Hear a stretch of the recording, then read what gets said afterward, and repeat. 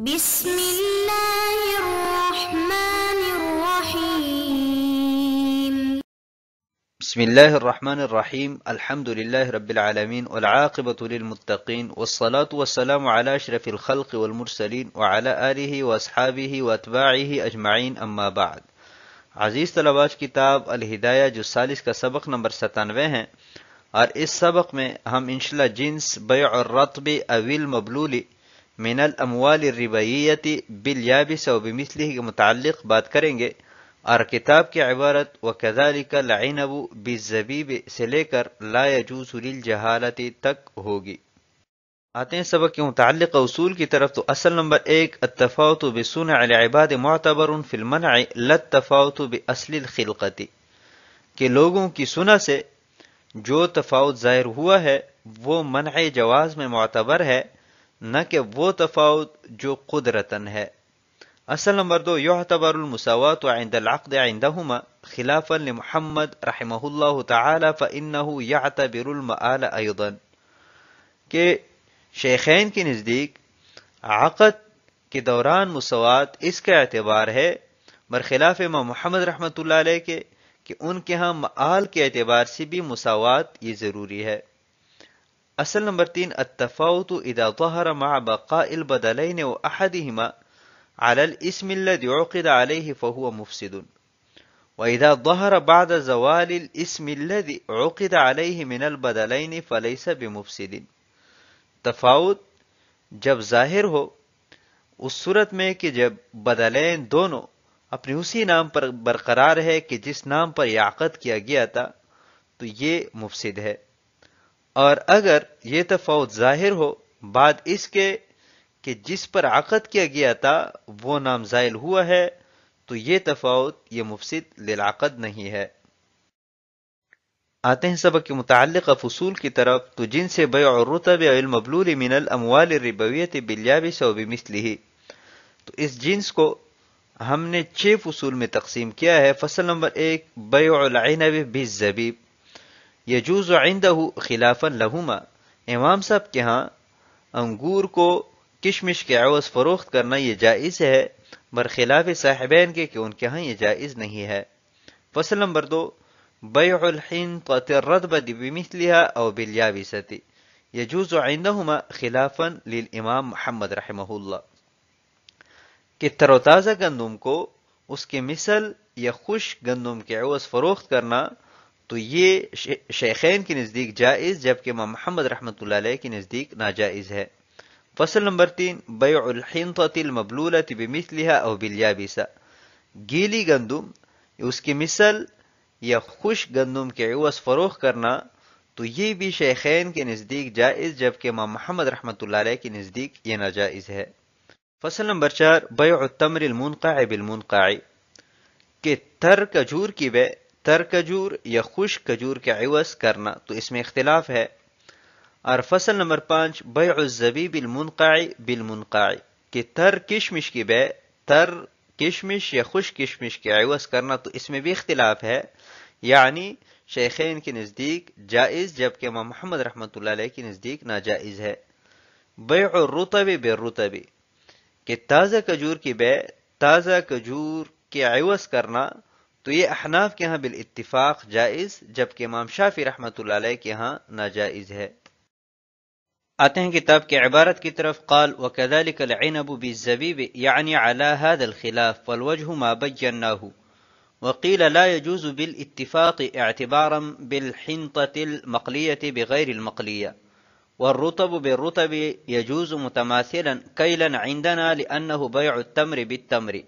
وكذا بيع الحنطة الرطبة أو المبلولة بمثلها أو باليابسة، أو التمر أو الزبيب المنقع بالمنقع أو بغير المنقع منهما متماثلا عند أبي حنيفة وأبي يوسف رحمه الله تعالى، وقال محمد رحمه الله تعالى لا يجوز جميع ذلك لأنه يعتبر المساواة في أعدل الأحوال وهو المآل، وابو حنیفہ رحمہ اللہ تعالی يعتبره في الحال، وكذا ابو يوسف رحمه الله تعالى عملا بإطلاق الحديث، إلا أنه ترك هذا الأصل في بيع الرطب بالتمر لما رويناه لهما، ووجه الفرق لمحمد رحمه الله تعالى بين هذه الفصول وبين الرطب بالرطب أن التفاوت فيها يظهر مع بقاء البدلين على الاسم الذي عقد عليه العقد. اور اسی طرح انگور کشمش کے عوض فروخت کرنا، یعنی اس میں بھی یہی اختلاف ہے، اور وجہ وہی ہے کہ جو ہم ذکر کر چکے، اور کہا گیا ہے کہ بالاتفاق ناجائز ہے قیاس کرتے ہوئے بنے ہوئے گندم کو غیر بنے ہوئے گندم کے عوض فروخت کرنے پر،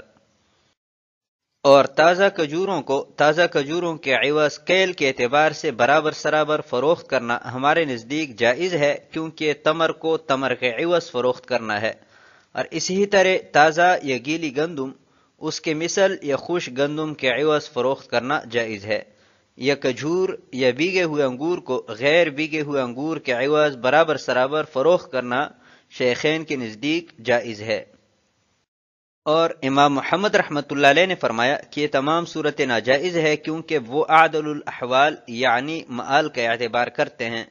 اور امام ابو حنیفہ رحمۃ اللہ علیہ فی الحال برابری کا اعتبار کرتے ہیں، اور اسی طرح قاضی ابو یوسف رحمہ اللہ تعالی بھی حدیث کے مطلق ہونے کی وجہ سے حال کا اعتبار کرتے ہیں، مگر یہ کہ انہوں نے اس اصل کو تازہ کھجوروں کو خشک کھجوروں کے عوض فروخت کرنے میں چھوڑا، اس دلیل کی وجہ سے جس کو ہم نے صاحبین کے مذہب کے لیے بیان کر دیا ہے۔ اور امام محمد رحمۃ اللہ علیہ کے لیے رطب کو رطب کے عوض فروخت کرنے اور ان صورتوں میں فرق کی وجہ یہ ہے کہ ان صورتوں میں تفاوت ظاہر ہوتا ہے بدلین کا اپنی اسی نام پر باقی رہتے ہوئے جس پر عقد کیا گیا تھا۔ وَكَذَلِكَ الْعِنَبُ بِالزَّبِيبِ، اس عبارت میں مسئلہ بیان کیا گیا ہے کہ اگر تازہ انگور کو کشمش کے عوض فروخت کیا جائے اور حال یہ ہو کہ عوضین دونوں برابر ہو تو کہ یہ معاملہ جائز ہے کہ ناجائز ہے، تو یہ مسئلہ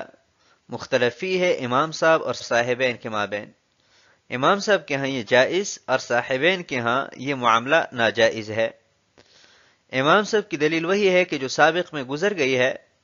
کہ اگر عنب اور زبیب ایک جنس ہے تو شرط مماثلت کے متحقق ہونے کی وجہ سے معاملہ جائز ہے، اور اگر الگ الگ انواع ہے تو حدیث مشہور کا جو آخری ٹکڑا ہے کہ اذا اختلف النوعان فبیعوا کیف شئتم، اس کی روشنی میں یہ معاملہ جائز تصور ہوگا۔ اور صاحبین فرماتے ہیں کہ یہ معاملہ جائز نہیں ہے، کیونکہ تازہ انگور خشک ہونے کے بعد کم ہوگا، تو زید بن عیاش کی جو روایت ہے کہ حضور اکرم صلی اللہ علیہ وسلم نے جب پوچھا کہ کیا خشک ہونے کے بعد یہ تازہ کھجور اس میں کمی آئے گی، تو کہا گیا کہ جی ہاں، تو حضور اکرم صلی اللہ علیہ وسلم نے فرمایا اذن لا، کہ پھر تو یہ معاملہ جائز نہیں ہے۔ تو اس حدیث کی بنیاد پر صاحبین فرماتے ہیں کہ یہ معاملہ بھی جائز نہیں ہے، کیونکہ تازہ انگور یہ خوش ہو کر کم ہوگا۔ وقیل لا یجوز بالاتفاق، اور بعض مشائخ کا کہنا یہ ہے کہ یہ معاملہ بالاتفاق ناجائز ہے، امام صاحب کے ہاں بھی ناجائز ہے، اور اس کو قیاس کیا ہے بنے ہوئے گندم کو بغیر بنے ہوئے گندم کے عوض فروخت کرنے پر، کہ جیسے وہ معاملہ بالاتفاق ناجائز ہے، ایسی ہی تازہ انگور کو کشمش کے عوض فروخت کرنے کا جو معاملہ ہے یہ بھی ناجائز ہے۔ والرطب بالرطب،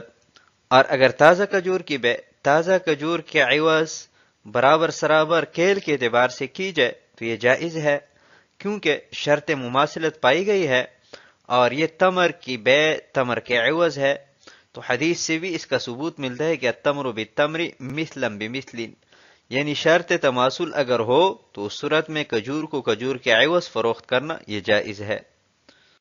اور امام شافعی رحمۃ اللہ علیہ کے ہاں یہ معاملہ ناجائز ہے، کیونکہ رطب میں بعد میں کمی واقع ہوتی ہے، تو شبہۃ الربا کی وجہ سے معاملہ ناجائز ہوگا، لیکن امام شافعی رحمۃ اللہ علیہ کے خلاف حدیث مشہور یہ ہماری حجت ہے۔ وَكَذَا بَيْعُ الْحِنطَةِ الرَّطْبَةِ أَوِ الْمَبْلُولَةِ بِمِثْلِهَا، اس عبارت میں صاحب ہدایہ نے کئی فصول جمع فرمائی ہے کہ جو شیخین اور امام محمد رحمۃ اللہ علیہ کے مابین مختلفی ہے، اور وہ یہ ہے کہ تازہ یا گیلی گندم کو اس کے مثل یا خشک گندم کے عوض فروخت کرنا، یا گیلی خشک کھجور کو خشک کھجور کے عوض فروخت کرنا، یا بیگا ہوا کشمش، بیگے ہوئے کشمش یا خشک کشمش کے عوض فروخت کرنا، برابر سرابر شیخین کے نزدیک اس کی بے جائز ہے۔ اور امام محمد رحمۃ اللہ علیہ فرماتے ہیں کہ ان تمام صورتوں میں بے فاسد اور ناجائز ہے، اس لیے کہ امام محمد رحمۃ اللہ علیہ جیسا کہ ہم نے اصول میں بیان کیا ہے کہ وہ مآل کا اعتبار کرتے ہیں کہ اگر مآل کے اعتبار سے بھی کمی آئے تو یہ کمی بھی عدم جواز کے لیے سبب ہے، لأنه يعتبر المساوات۔ یہ امام محمد رحمۃ اللہ علیہ کی دلیل ہے کہ امام محمد رحمۃ اللہ علیہ اس حالت کا اعتبار کرتے ہیں کہ جس میں عوضین میں من کل الوجوہ مساوات ثابت ہو جاتا ہے، اور وہ ان کی خشکی کی حالت ہے کہ جب دونوں عوضین خشک ہو۔ اور امام ابو حنیفہ رحمۃ اللہ علیہ وہ فی الحال برابری کا اعتبار کرتے ہیں اس حدیث کی وجہ سے کہ جس میں مثلم بمثلین کی شرط لگائی گئی ہے، اور اسی طرح قاضی ابو یوسف رحمہ اللہ بھی حدیث کے اطلاق کو دیکھتے ہوئے وہ بھی فی الحال برابری کا اعتبار کرتے ہیں۔ لیکن بیع الرطب بالتمر میں چونکہ زید بن عیاش والی روایت ہے، لہذا اس معاملے میں انہوں نے اپنے اس اصل کو چھوڑ دیا۔ ووجہ الفرق لمحمد، امام محمد رحمۃ اللہ علیہ کے ہاں بیع الرطب بالرطب جائز ہے، اور اس صورت میں وہ مال کا اعتبار نہیں کرتے، اور حالانکہ مآل کے اعتبار سے ان دونوں میں تفاوت پیدا ہوتا ہے، کمی بیشی واقع ہوتی ہے، اور ان فصول میں وہ مآل کا اعتبار کرتے ہیں کہ چونکہ مآل کے اعتبار سے کمی بیشی آتی ہے اس لیے یہ معاملات ناجائز ہے۔ تو دونوں صورتوں میں فرق کیا ہے؟ تو صاحب ہدایہ فرماتے ہیں کہ رطب کو رطب کے عوض فروخت کرنے کی صورت میں تفاوت جس وقت ظاہر ہوتا ہے اس وقت رطب کا نام بدل چکا ہوتا ہے، یعنی رطب سے تمر بن چکا ہوتا ہے، جس سے معلوم ہوا کہ یہ تفاوت معقود علیہ کے ساتھ براہ راست متعلق نہیں ہوا ہے، اس لیے بے جائز ہے۔ اور اس کی برخلاف دیگر فصول یعنی بیع الحنطۃ الرطبۃ او المبلولۃ والی جو فصول ہے تو اس میں وہ مآل کا اعتبار کرتے ہوئے عدم جواز کے قائل ہے، تو اس پر انشاءاللہ اگلی عبارت میں بات کرتے ہیں۔ آتے ہیں اگلی عبارت کی طرف، وفي الرطب بالتمر مع بقاء احدهما على ذلك فيكون تفاوتا في عين المعقود عليه، وفي الرطب بالرطب التفاوت بعد زوال ذلك الاسم فلم يكن تفاوتا في المعقود عليه فلا يعتبر، ولو باع البسر بالتمر متفاضلا لا يجوز لأن البسر تمر بخلاف الكفر حيث يجوز بيعه بما شاء من التمر اثنان بواحد لأنه ليس بتمر، فإن هذا الاسم له من أول ما تنعقد صورته لا قبله،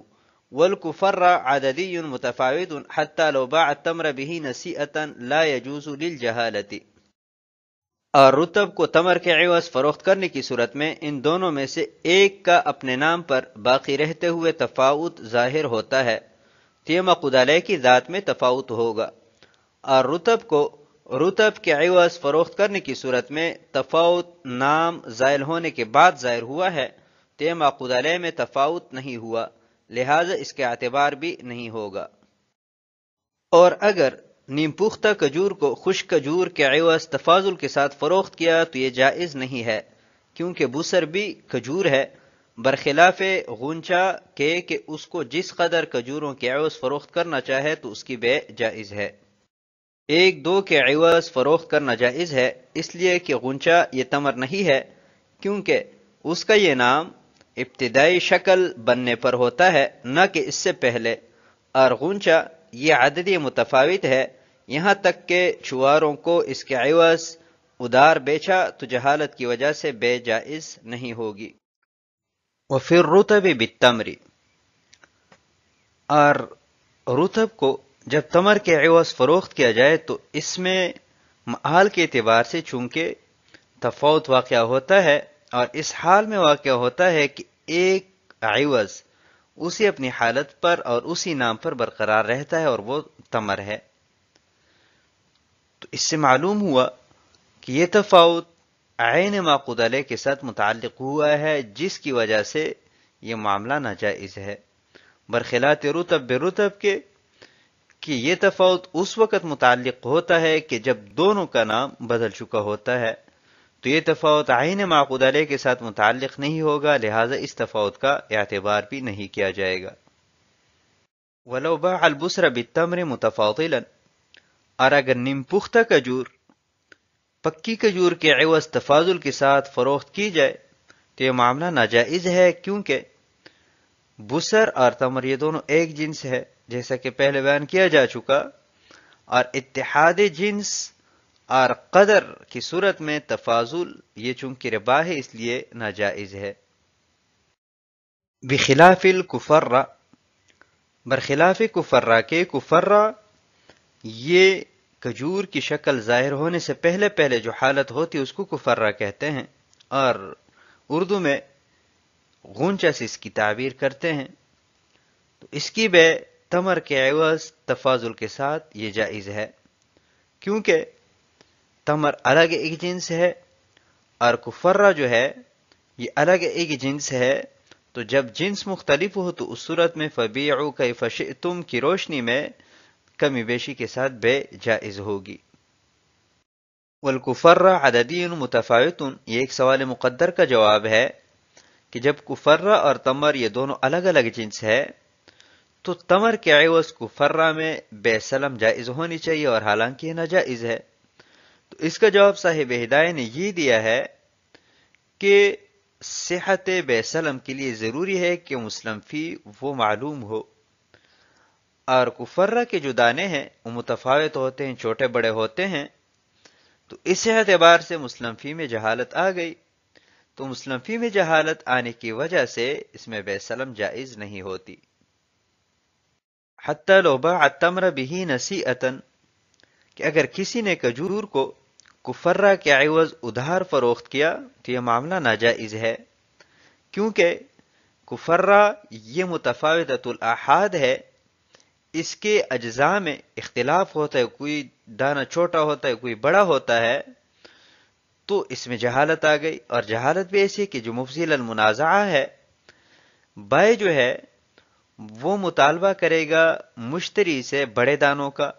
جبکہ مشتری چھوٹے دانے حوالہ کرنے کی کوشش کرے گا تو نتیجتاً لڑائی ہوگی، لہٰذا یہ معاملہ ناجائز ہے۔ اس مختلفی مسئلہ میں یعنی بیع الحنطۃ الرطبہ اور دیگر فصول میں مفتابی قول جو ہے وہ شیخین کا ہے، جیسا کہ صاحب ہدایہ کی سنیے سے ظاہر ہے۔ تو آج کے سبق کو اسی پر ختم کرتے ہیں۔ والسلام علیکم ورحمۃ اللہ وبرکاتہ۔